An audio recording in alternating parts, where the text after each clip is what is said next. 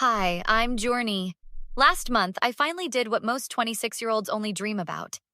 I bought my own house, a modest three-bedroom ranch just outside the city with a cute little yard and neighborhood kids riding bikes up and down the street. Picture perfect, right? That's what I thought until I got served with court papers from my own parents. You're not serious, Maya said, staring at me across my brand new kitchen island, coffee mug frozen halfway to her lips. Your actual parents are suing you for buying a house? How is that even legal? I slid the papers toward her. They're claiming I owe them money, a lot of money. For what?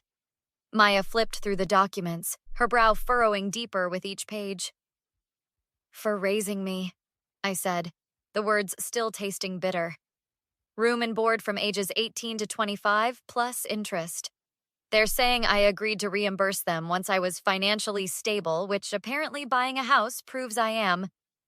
Maya looked up, her eyes wide. That's completely insane. Did you ever actually agree to that? Of course not, but they've been telling me since high school that living with them wasn't free, that I was building a tab. I just never thought they'd actually try to collect. The phone rang and I checked the caller ID. Speaking of the devils, are you going to answer? I pressed the green button and put it on speaker. Hello, Mom. Journey, we need to talk about this situation. My mother's voice was calm, practiced, the voice she used when trying to manipulate me. Your father and I are very disappointed you forced our hand this way. Forced your hand? You're suing me. We invested in you for years, she continued as if I hadn't spoken. We kept a roof over your head while you saved money. Money that should have gone to supporting the household. My father's voice cut in from the background. Tell her we expected more respect than this. After everything we sacrificed? Dad, is that you? Why don't you just talk to me directly? Don't take that tone, Mom snapped. This isn't personal, Journey, it's business. You lived in our house as an adult for 7 years. That comes with responsibilities. Which I fulfilled by paying you rent every month. I have receipts. That nominal amount barely covered groceries, Mom scoffed. We could have rented your room to a real tenant for twice that. Maya was frantically writing on a notepad. They admitted you paid rent. So this is about money? I asked. It's about honoring your commitments, Mom insisted. We always told you there would be payback eventually. Told me, not agreed with me. You didn't object, which implies consent, she said, her voice sharpening. Besides, where did you get the down payment? We know what you earn. The accusation hung in the air. Are you suggesting I stole from you? We're saying it's suspicious. Money doesn't appear from nowhere. I saved it. I've been working since I was 16. And living expense-free in our home, Dad shouted in the background.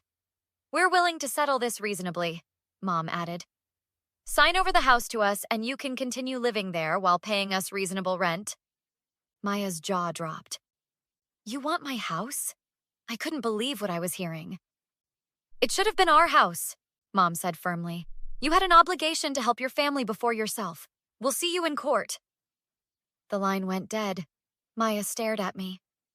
They want to take your house? Journey, this is seriously messed up. They've always been controlling, but this... I sank into a chair, the reality sinking in. They're actually going to try to take everything I've worked for. Not if I have anything to say about it, Maya declared, already pulling out her phone. My cousin James is a lawyer. This ends now. They've been telling everyone in the family that you stole from them, Aunt Deborah said, stirring her tea vigorously. We were sitting in my living room, surrounded by half-unpacked boxes. Your mom called me last week asking if you'd ever mentioned having a secret stash of money. That's ridiculous, I groaned. I've been saving every penny since high school. I lived on ramen in college to save money. I picked up extra shifts, did side gigs, all while paying them rent. I know, sweetheart. I never believed it for a second. James, Maya's cousin and now my lawyer, looked up from his laptop. We need to document everything. Bank statements, pay stubs, rent receipts, anything showing your financial independence? I have most of it digitally, I said. I've been meticulous about keeping records. Smart girl. Aunt Deborah nodded approvingly. Always knew you had a good head on your shoulders, unlike my brother. Did Dad always have this entitled attitude? I asked. Aunt Deborah snorted. Always. When we were kids, he'd claim ownership of my toys if I left them in his space. Your mother only made it worse. They feed off each other's worst instincts. Maya returned from the kitchen with coffee refills. James, what are our chances here? Better than you might think, he said, adjusting his glasses. Their claim has no legal basis. You can't retroactively charge your adult child for living expenses without a pre-existing agreement. But that's exactly what they're claiming, that there was an agreement, I pointed out. Verbal contracts are notoriously difficult to prove, James explained, and we have evidence of regular rent payments which contradicts their claim. The doorbell rang. Maya peered through the window. It's your dad. My stomach dropped. I don't want to see him. You don't have to, James said firmly. In fact, you probably shouldn't without me present. I nodded gratefully as Maya went to the door. Through the thin walls, I could hear my father's booming voice. Where is she? I know she's in there. Mr. Thompson, Journey doesn't want to talk right now, Maya said evenly. This is family business. Tell her to stop hiding behind her friends and face us. Aunt Deborah stood up. That's my cue. She marched to the door, and I followed despite James's warning glance. Richard! Aunt Deborah's voice could cut glass. What do you think you're doing? Dad looked startled. Deborah, what are you doing here? Supporting my niece, which is more than I can say for her parents. You don't understand. I understand perfectly.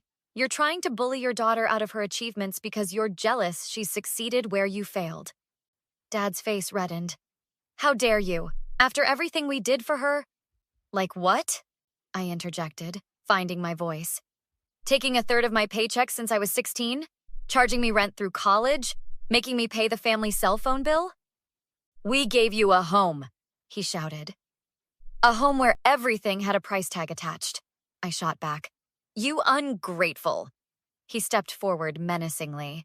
James appeared beside me.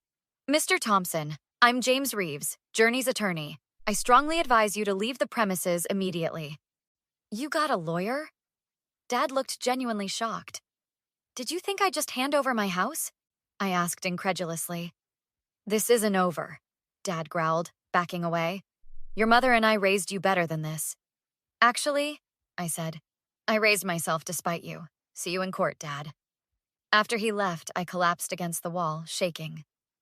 You did good, Aunt Deborah said, squeezing my shoulder. Real good. He really thought I wouldn't fight back, I whispered. Maya nodded grimly. They never expected you to stand up to them. That's why they're panicking.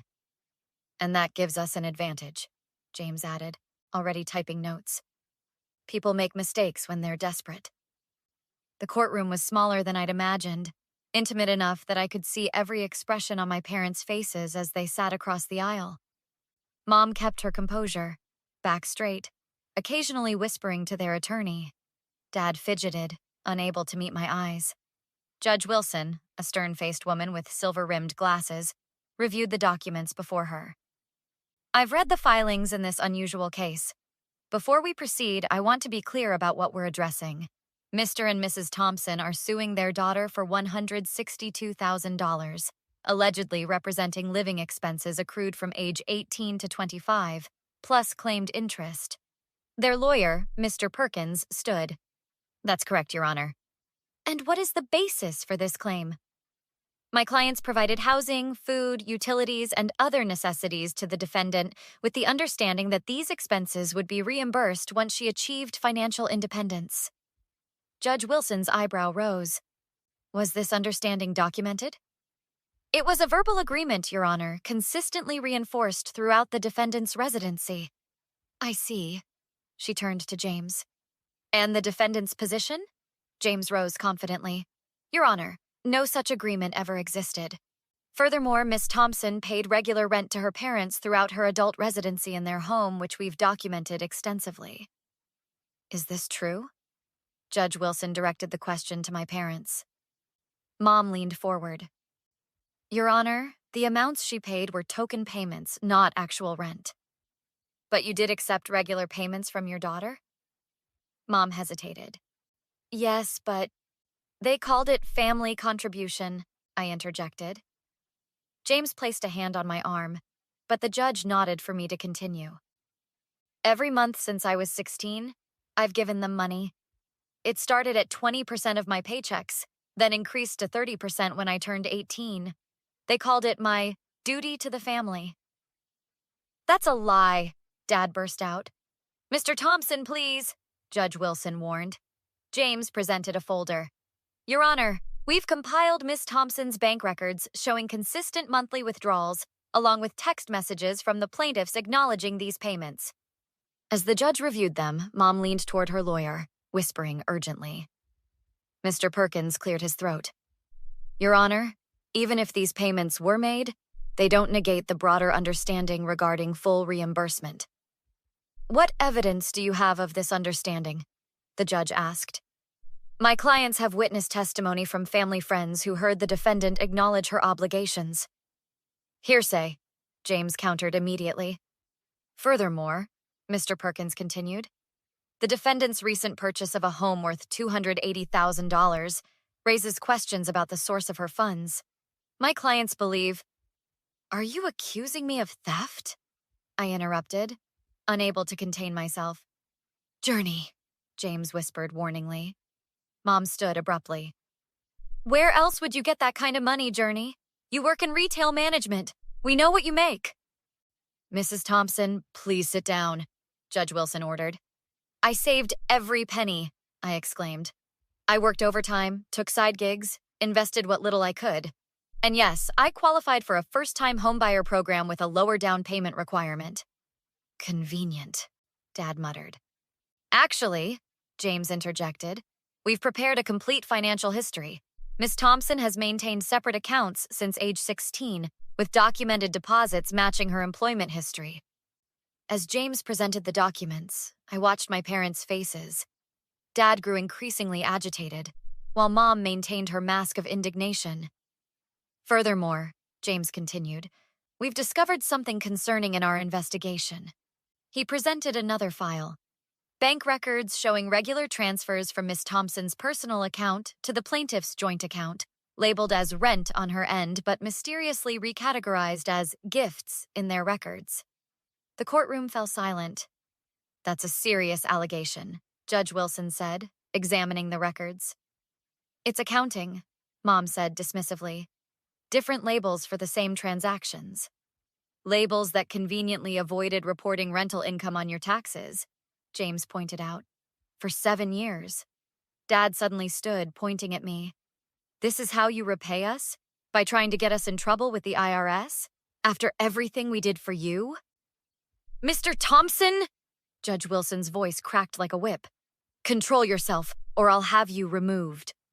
This is all her fault, Dad continued, his face purple with rage. She was supposed to help us retire. That was always the plan. That house should be ours. Richard, stop, Mom hissed, pulling at his arm. No, Margaret. I'm sick of her attitude. After we sacrificed everything, she just walks away with our money to buy herself a house.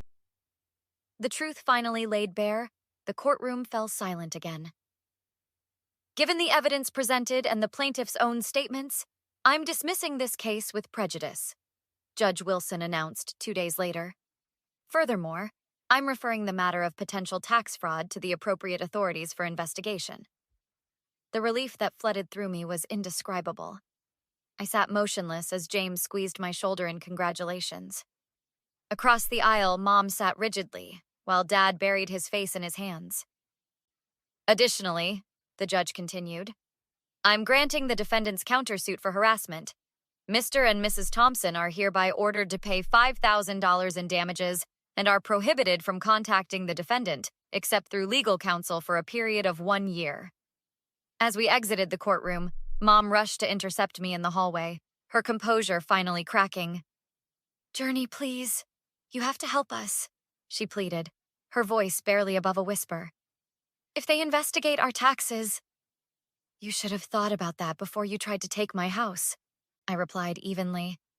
We're your parents. Parents don't sue their children for succeeding. Dad approached, his earlier rage replaced with desperation. We can fix this as a family. Drop the tax issue, and we'll forget about the money. Forget about the money? I echoed incredulously. You mean the money that never existed? The money you tried to extort from me by taking me to court? We made mistakes, Mom admitted, reaching for my hand. We were wrong, but we're still family. I pulled away. Family doesn't treat each other like piggy banks. What do you want from us? Dad demanded. An apology? Fine, we're sorry. I don't want anything from you, I said truthfully. Not anymore. You can't just cut us off, Mom insisted. We're blood. Watch me. Maya and Aunt Deborah were waiting by the elevator, concern etched on their faces. Everything okay? Maya asked as I joined them. Never better, I replied, not looking back as my parents' voices faded behind us. 1 month later, I hosted a housewarming party. Maya, James, Aunt Deborah, and friends from work filled my living room with laughter and genuine congratulations. Any word from your parents? Aunt Deborah asked quietly as we arranged appetizers in the kitchen. They called from a new number last week, I admitted. Said they were meeting with the IRS, wanted to know if I'd testify on their behalf. And I hung up. Aunt Deborah nodded approvingly. Good for you. Maya joined us, champagne in hand. To Journey's house. May it always be filled with people who actually care about her. Everyone cheered as glasses clinked. Later, as the party wound down, James pulled me aside. I heard from a contact at the tax office. Your parents are looking at significant penalties, possibly more. That's their problem, I said firmly. I'm done fixing their messes. You know they might try to contact you again when they get desperate. I gazed around at my home, my real home, earned through my own hard work and protected by my own courage. Let them try, I said. This house is mine and so is my life. Maya appeared with a gift, a new doormat reading, My house, my rules. Too on the nose? She asked with a grin. I laughed genuinely for what felt like the first time in months. It's perfect. Have you ever had to stand up to family who tried to control your success? The hardest battles are sometimes against the people who should be supporting you the most. But trust me, claiming your independence is always worth it.